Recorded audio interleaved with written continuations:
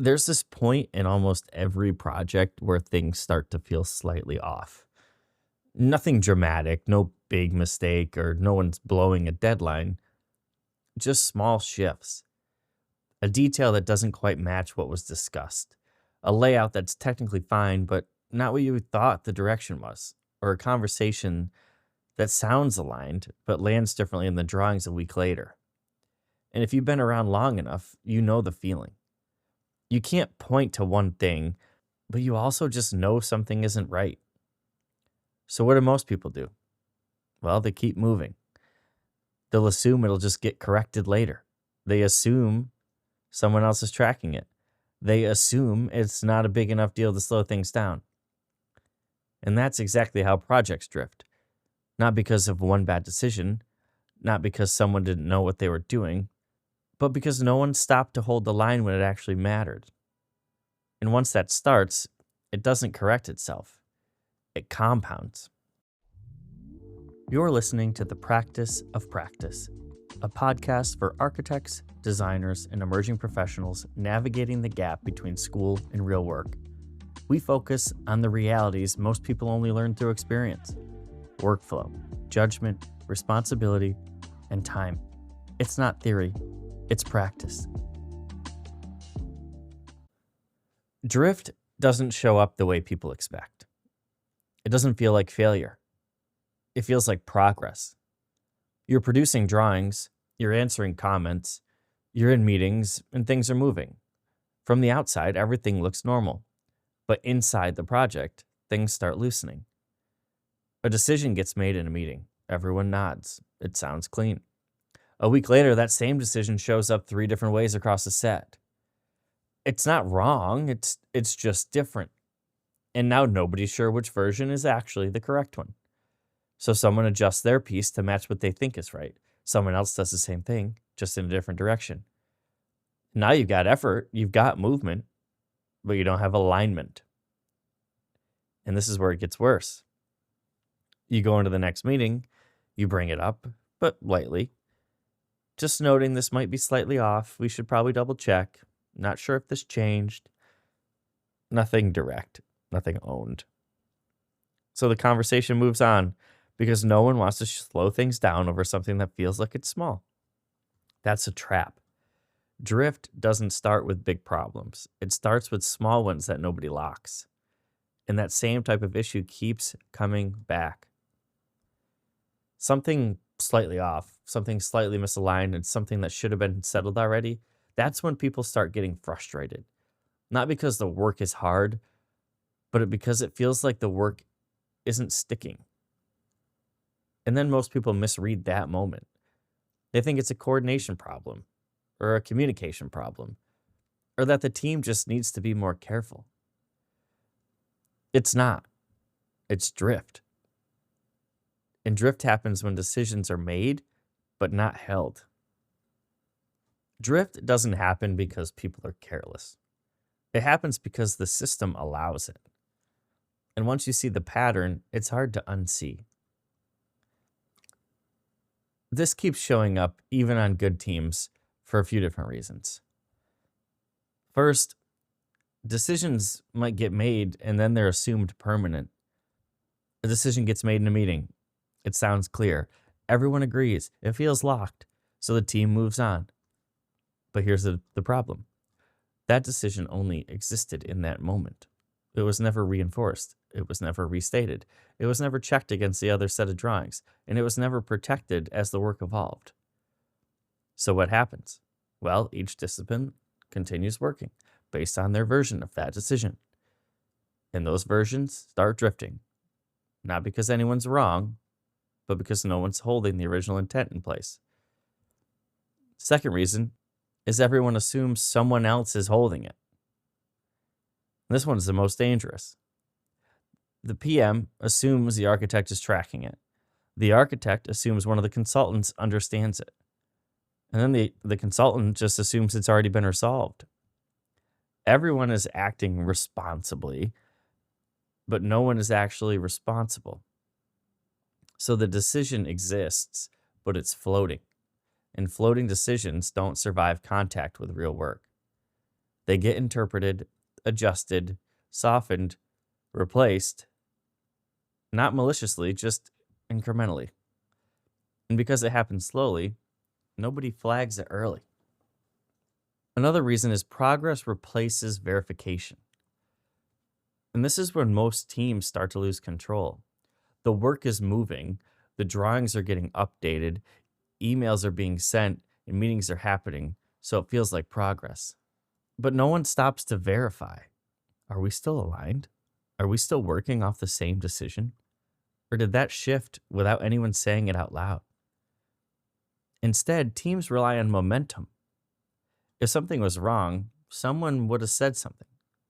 No, most of the time they wouldn't, because everyone is busy. Everyone is just trying to keep up, and no one wants to be the one slowing things down over something that might not even matter. So the assumption becomes, we talked about it, so it's handled. That's not how projects work. Talking about something is not the same as holding it. When you combine all three of these, you get drift. Decisions made once, not reinforced. Responsibility assumed, not assigned. And progress prioritized over verification.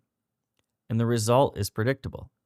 Things start to diverge, slightly at first, but then enough that you feel it. And then enough that it costs time. And then enough that it shows up as rework, frustration, and longer conversations that should have been short. And most people don't want to hear that this is not a communication problem. People are talking.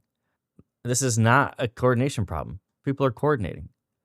This is a discipline problem, a lack of someone actively holding the line. Decisions don't stick because they were made. They stick because someone keeps them in place.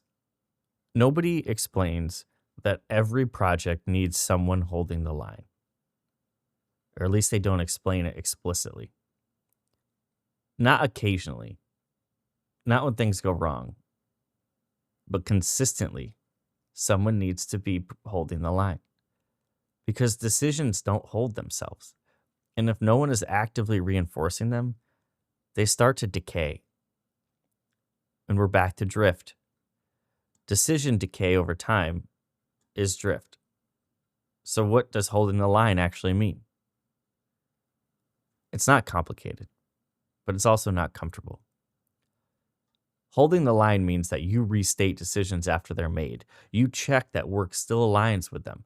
You catch small deviations early. You push back when things start slipping. And you make sure something actually closes, not just gets discussed. It's not loud. It's not dramatic. But it's something constant. Holding the line is not authority, though. You don't need to be the PM. You don't need to be the most senior person in the room. You don't need final say. Holding the line is also not control. You're not forcing decisions. You're not shutting people down, and you're not trying to dominate the process. And it's definitely not ego.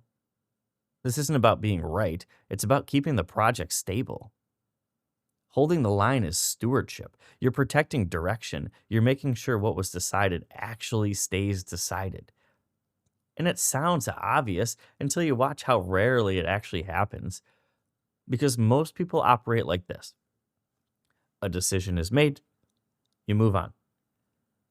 Experienced people operate differently. A decision is made, you reinforce it, you check it, and then you protect it. That second part is what separates stable projects from messy ones. And this connects directly to something we've already talked about, ownership, but not at the task level, at the direction level. In a past episode, we talked about ownership as who is responsible for a resolution. That's the same idea here. It's just scaled up. Holding the line isn't about making decisions. It's about protecting them after they're made. And it gets a little bit uncomfortable because once you understand this, you start noticing something. Most projects don't actually lack decisions. They lack reinforcement. The direction is there. It just isn't being actively held in place. So what happens instead? Well, people soften. They see something slightly off and they hedge. Just flagging this. Maybe we should check. Not sure if this changed. No one wants to be the one pushing too hard. No one wants to slow things down. No one wants to be wrong in front of a group. So the signal gets diluted, and diluted signals don't hold anything. Holding the line requires something most people avoid, and that's clarity under tension. Not aggression, not confrontation, just clarity. Are we still aligned on this? This is drifting from what we decided earlier. Or which direction are we committing to? Then, if we change this, what else moves? That's it. Simple, direct. Most people don't say it because it feels like you're just overstepping somebody, especially when you're early in your career. You might think to yourself, who am I to push back on this? Or maybe I missed something. Or someone else probably has it covered. That's why drift survives. Here's the reality. If you see drift, you're already in the position to say something. Not because of your title, but because of your awareness. You don't need authority to hold the line. You need awareness that a line exists. And once you start seeing it, you can't ignore it. You'll notice the same decision showing up differently, the same issue getting revisited, the same conversation happening twice or more, the same confusion showing up in different places. That's not bad luck. That's a line that wasn't held. So the shift is you stop thinking, is this my responsibility?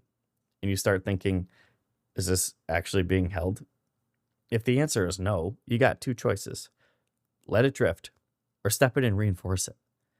That's exactly where responsibility starts to show up. Not when someone assigns it to you, when you recognize something that needs to be held and you do it. When no one is holding the line, the project doesn't fail. It gets heavier. That's the first signal. Not failure, weight. And it shows up in predictable ways. Rework will increase. Nobody likes rework. Not big, obvious mistakes. The same type of issue showing up different places.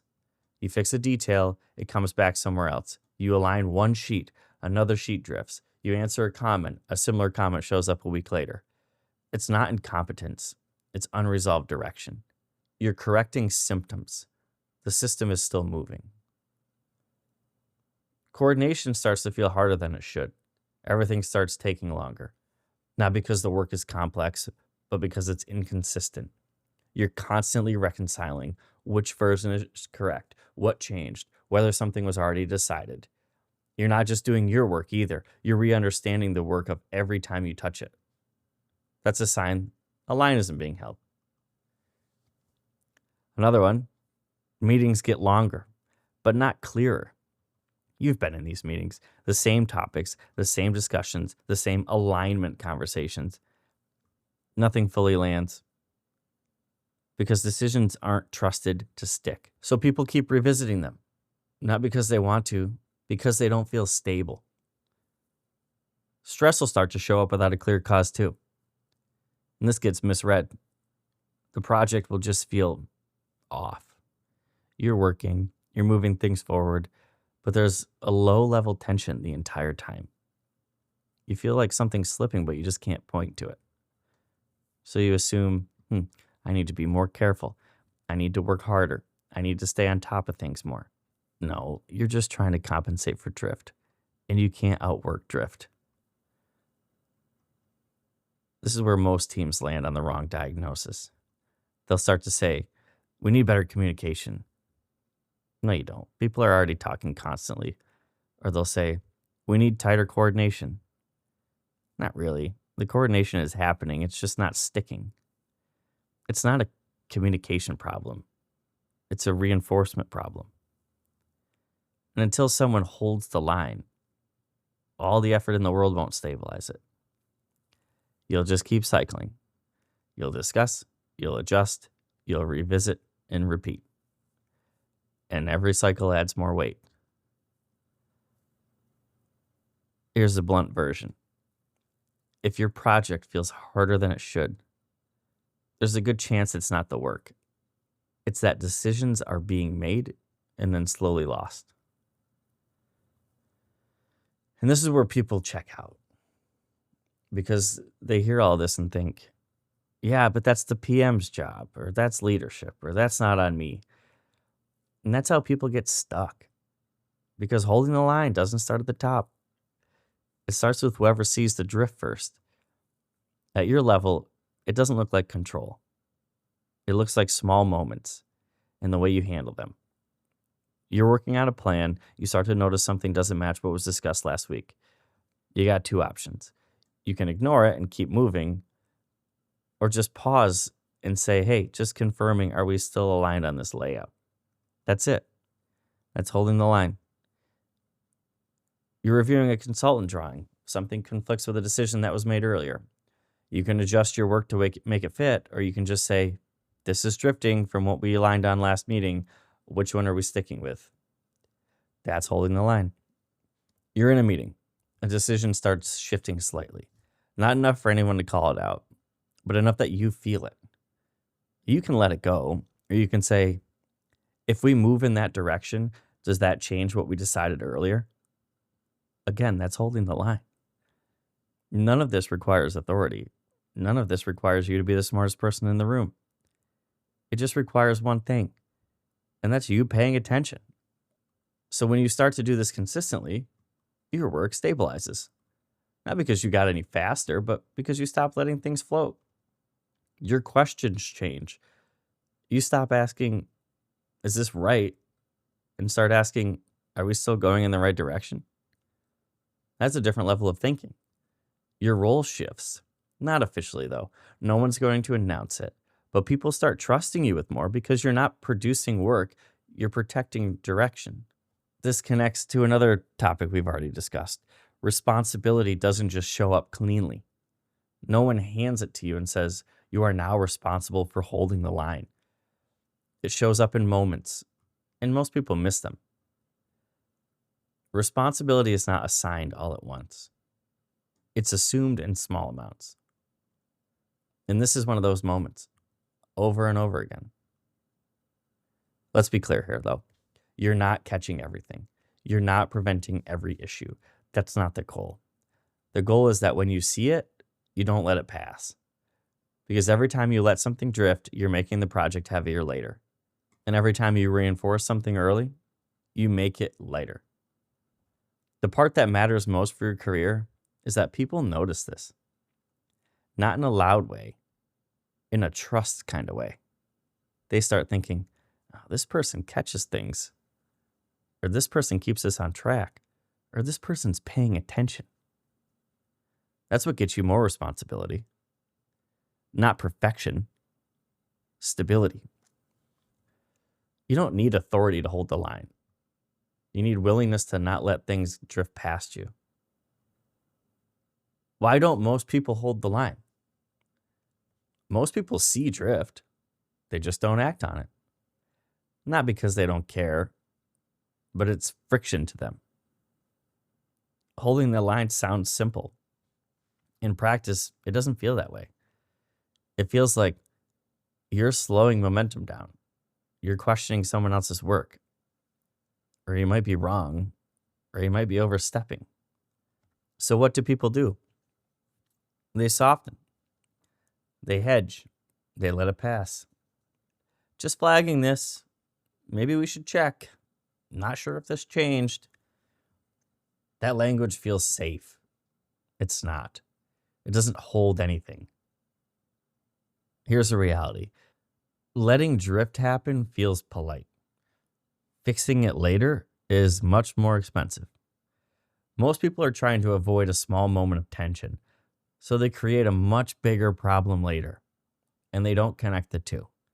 You see something slightly off in a meeting, you think, I'll let it go, no big deal. And then a week later, the same issue shows up across 3 drawings, and now it's a bigger conversation. Now it involves more people. Now it costs time. That moment you avoided, that was the cheapest time to fix it. And this is where we need to be direct. Some of this is not a lack of awareness. It's avoidance. Avoidance of being wrong in the moment, being the one who pushes back, being the one who slows things down. So people default to motion. Keep working, keep producing, keep moving. Yeah, it feels productive. It's not. Motion without reinforcement is how drift survives. And here's the uncomfortable part. If you consistently avoid those small moments, you train people to work around you, not with you, because you're not stabilizing anything. You're just participating. That doesn't build trust. It builds dependency on someone else to catch things. And eventually that shows up. Not in a meeting, not in feedback, but in what you're trusted with. You don't get pulled into early decisions. You don't get asked to weigh in. You don't get the heavier responsibility because you haven't shown that you hold anything in place. That's a shift. This isn't about being more vocal. It's about being more direct.